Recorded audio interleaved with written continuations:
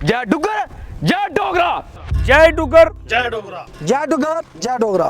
जय डुगर जय डोगरा। जय डुगर जय डोगरा। जय डुगर जय डोगरा। तो मैं बात करूंगा चौधरी लाल सिंह जी की।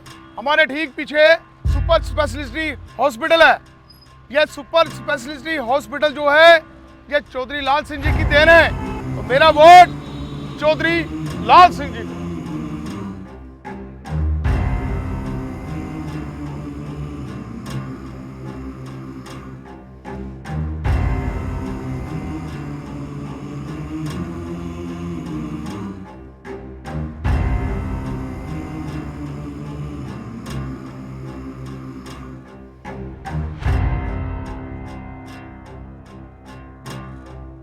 अगर आज चौधरी लाल सिंह नहीं होंगे, फारेस्ट मिनिस्टर नहीं होंगे, तो ये जो 200 लाख बूटा लगता फारेस्ट डिपार्टमेंट ये बूटा कदा नहीं लगता।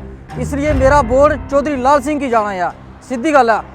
और यार शर्म है यार, लोगों ने शर्म आनी चाहिए। ये जो लोग जो ये अनाप शनाप बकते हैं, साहब ने अपना घर बार सारा दाव पर लाया। दिन रात 24 घंटे मेरे भ्राओ 24 घंटे पूरे 24 घंटे देता बंदा। उस बंदे की क्या लालच है?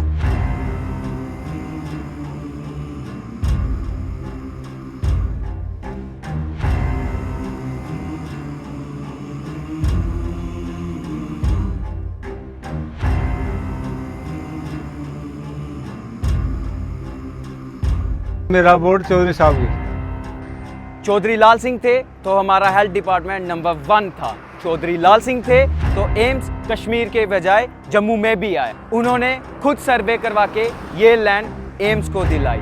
आज चाहे जो भी रिबन काटे, लेकिन मेरा वोट सिर्फ चौधरी लाल सिंह जी को ही जाएगा, क्योंकि उन्होंने हमारे विजयपुर में ये एम्स लाया। जमीन का थोड़ा सा डिस्प्यूट है, उसको थोड़ा सेटल कर रहे हैं और वील सेटल द डिस्प्यूट और हम यहीं बनाएंगे एम्स। यहीं बनेगा एम्स, क्योंकि ये पुंछ रजौरी के लोगों को शूट करता है, डोडा और किश्तवाड़ के लोगों को शूट करता है, क्योंकि सर्कल रोड यहाँ से राया से निकल के जाएगा और पूरा सर्कल रोड यही लोग पुंछ रजौरी के भी यहाँ नज़दीक आ जाएंगे, वो भी आ जाएंगे। यही जगह सूटेबल। साढ़े जम्मू सूबे च चौधरी लाल सिंह को ने 18 कॉलेज देते हैं, जिंदे च बनी बलावर बसोली ते साढ़े सांबे वाला डिग्री कॉलेज उनकी के देन है। साढ़ा वोट चौधरी लाल सिंह को ने तो कुछ ही देना है। अपने मादा बार्डर तो पैदल चले 35 किलोमीटर लगातार, फिर चौधरी साहब ने आर्डर कराई है वो तार जी 11 कनाल जमीन पिछे खराब होवा दी ही, वो तार उतों पटाइए। मैं तुम दसना चाहना कि इसला बिल्कुल जीरो लाइन पर तार खड़े हाँ। तुम देख रहे हो कि ये जी तार है ये काफ़ी पिछे ही। चौधरी साहब ने इन्नी मेहनत स्ट्रगल करिए, पैदल चलिए, ये तार पटाइए तो जीरो लाइन पर लवाई। आज लोगों की राहत है। अगर आज चौधरी लाल सिंह जी नहीं होते तो राजधानी ट्रेन बॉम्बे सुपरफास्ट उधमपुर तक संपर्क क्रांति नहीं होती, और हमारे हरिद्वार यात्रियों के लिए जो कि सबसे बड़ी चीज़ स्पेशल हिमकुंड ट्रेन चौधरी लाल सिंह जी ने चलवाई।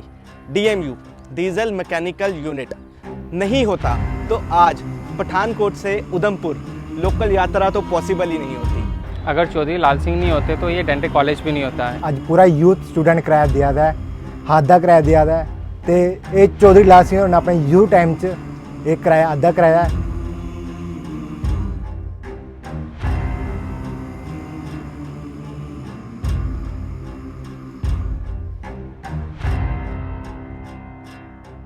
अज भी वो इधर काम देन तो ये काम चली जाता है, साढ़े बच्चे ही रोजगार मिली जाता। असें तो सोचा था कि असें वोट देना ही है नहीं, वो साढ़े बब्बर शेर न और असें वोट उन्हें ही देना। जो लोग आखते हैं कि चौधरी लाल सिंह पहले कुत्थे हा, मैं उन लोगों को दसना चाहना, वो दसना चाहना उन्होंने सामने मैं, और 75 लाख की ambulance, digital x ray, CT scan machine, ventilators और ब्लड बैंक, हर चीज़ साढ़े बसोली हॉस्पिटल अवेलेबल है।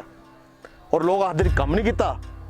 और लानते थोड़े लोगों पर अफसोस है, शर्म आती है थोड़े लोगों दिखी है मिगी कि थोड़े जैसे लोग डोगरे नाम पर कलंकन कश्मीरियों की गल करन ते जचदा है, क्योंकि उन्हें तकलीफ है डोगरियां कन्नै। मगर तुसी लोग सारे अपने लिए है ऐसी गल्लां करने तुहाड़े च और जयचंद मान सिंह जैसे लोगों च क्या फर्क है?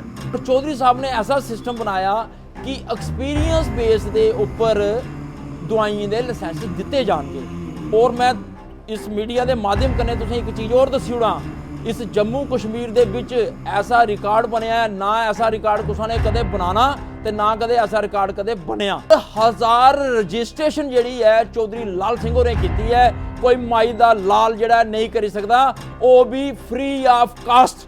ਉਹਦੇ ਬਾਅਦ ਵੀ ਬੜੇ ਹੈਲਥ ਮਿਨਿਸਟਰ ਆਏ ਤੇ ਰਜਿਸਟ੍ਰੇਸ਼ਨਾਂ ਆਉਂਦੀਆਂ ਰਹੀਆਂ 2 ਲੱਖ 3 ਲੱਖ 4 ਲੱਖ 5 ਲੱਖ ਰੁਪਇਆ ਲਈ ਰਜਿਸਟ੍ਰੇਸ਼ਨ ਆਉਂਦੀਆਂ ਰਹੀਆਂ। ਮੈਂ ਤੁਹਾਡੇ ਮੀਡੀਅਮ ਦੇ ਮਾਧਿਅਮ ਕਨੇ ਦੱਸ ਦਿੰਦਾ, ਅੱਜ ਮੇਰੀ ਆਵਾਜ਼ ਜਿਹੜੀ ਆ ਜਿਹੜਾ ਅੱਜ ਇੰਪਲਾਇਮੈਂਟ ਦੇ ਦੌਰ 'ਚ ਆਇਆ ਹੈ ਤੇ ਉਸ ਲਾਇਸੈਂਸ ਦੇ ਕਾਰਨ ਆਇਆ ਹੈ। ਉਸ ਲਾਇਸੈਂਸ ਦੇ ਉੱਪਰ ਬੜੇ ਸਾਰੇ ਲੋਕ ਅੱਜ 10-10 20-20 ਹਜ਼ਾਰ ਰੁਪਇਆ ਮਹੀਨਾ ਲਈਏ ਆਪਣਾ ਵਿਵਸਾਏ ਚਲਾ ਦੇਣ, ਆਪਣੇ ਘਰ ਦਾ ਗੁਜ਼ਾਰਾ ਕਰਾ ਦੇਣ। ਅਗਰ ਇਹ ਘਰ ਬੈਠੇ ਕਿਸੇ ਨੇ ਇੰਪਲਾਇਮੈਂਟ ਦਿੱਤੀ ਹੈ ਤੇ ਚੌਧਰੀ ਲਾਲ ਸਿੰਘ ਨੇ ਦਿੱਤੀ ਹੈ, शेरे डुग्गर ने ਦਿੱਤੀ ਹੈ। सबसे बड़ी चीज़ 1000 करोड़ का प्रोजेक्ट कटरा, रियासी, संगलदान तक, अगर चौधरी लाल सिंह जी नहीं होते तो वो प्रोजेक्ट भी नहीं होता।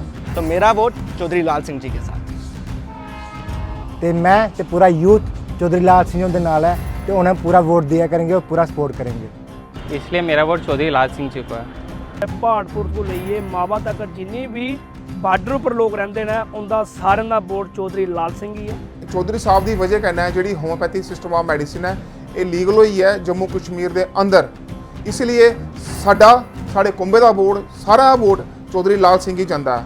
ਅੱਜ ਤੁਸੀਂ ਦੇਖੋ ਜਿੱਥੇ ਵੀ ਕੋਨੇ ਵਿੱਚ ਚੱਕਰ ਲਾਗੇ ਦੋਸ ਹਰ ਜਗ੍ਹਾ ਦੇ ਵਿੱਚ ਤਾਰ ਲੱਗੀ ਦੀ ਹੈ, ਇਹ ਫੈਂਸਿੰਗ ਹੋਈ ਦੀ ਹੈ, ਪੇੜ ਪੌਦੇ ਲਾਏ ਦੇ ਚੌਧਰੀ ਸਾਹਿਬ ਨੇ, ਇੰਨਾ ਅੱਛਾ ਕੰਮ ਕੀਤਾ। ਔਰ ਫਿਰ ਦੱਸੋ ਅਸੀਂ ਉਹਨੀ ਵੋਟ ਕੀ ਨਹੀਂ ਪਾਣਾ। ਇਹ ਜਿਹੜਾ ਜਾਤ ਪਾਤ ਜਿਹੜਾ ਫਲਾਇਦ ਉਹਦੀ ਨਫ਼ਰਤ ਫਲਾਇਦ ਹੈ ਨਾ ਕਿ ਇਹ ਹੋਇਆ ਉਹ ਹੋਇਆ, ਉਹ ਰਾਜਪੂਤ ਹੈ, ਉਹ ਮੈਂ ਮੁਸਲਮਾਨ ਹੈ, ਇਹ ਹਿੰਦੂ ਹੈ, ਉਹ ਬ੍ਰਾਹਮਣ ਹੈ, ਉਹ ਖੱਤਰੀ ਹੈ, ਇਹ ਸਿਸਟਮ ਨਹੀਂ ਹੈ। ਸਾਹਿਬ ਨੇ ਸਾਰੀਆਂ ਕੌਮਾਂ ਇਕੱਠੇ ਇੱਕ ਜੋੜ ਕਰੀਏ, ਇੱਕ ਸੋਚ ਦਿੱਤੀ ਜੈ ਡੁੱਗਰ ਜੈ ਡੋਗਰਾ।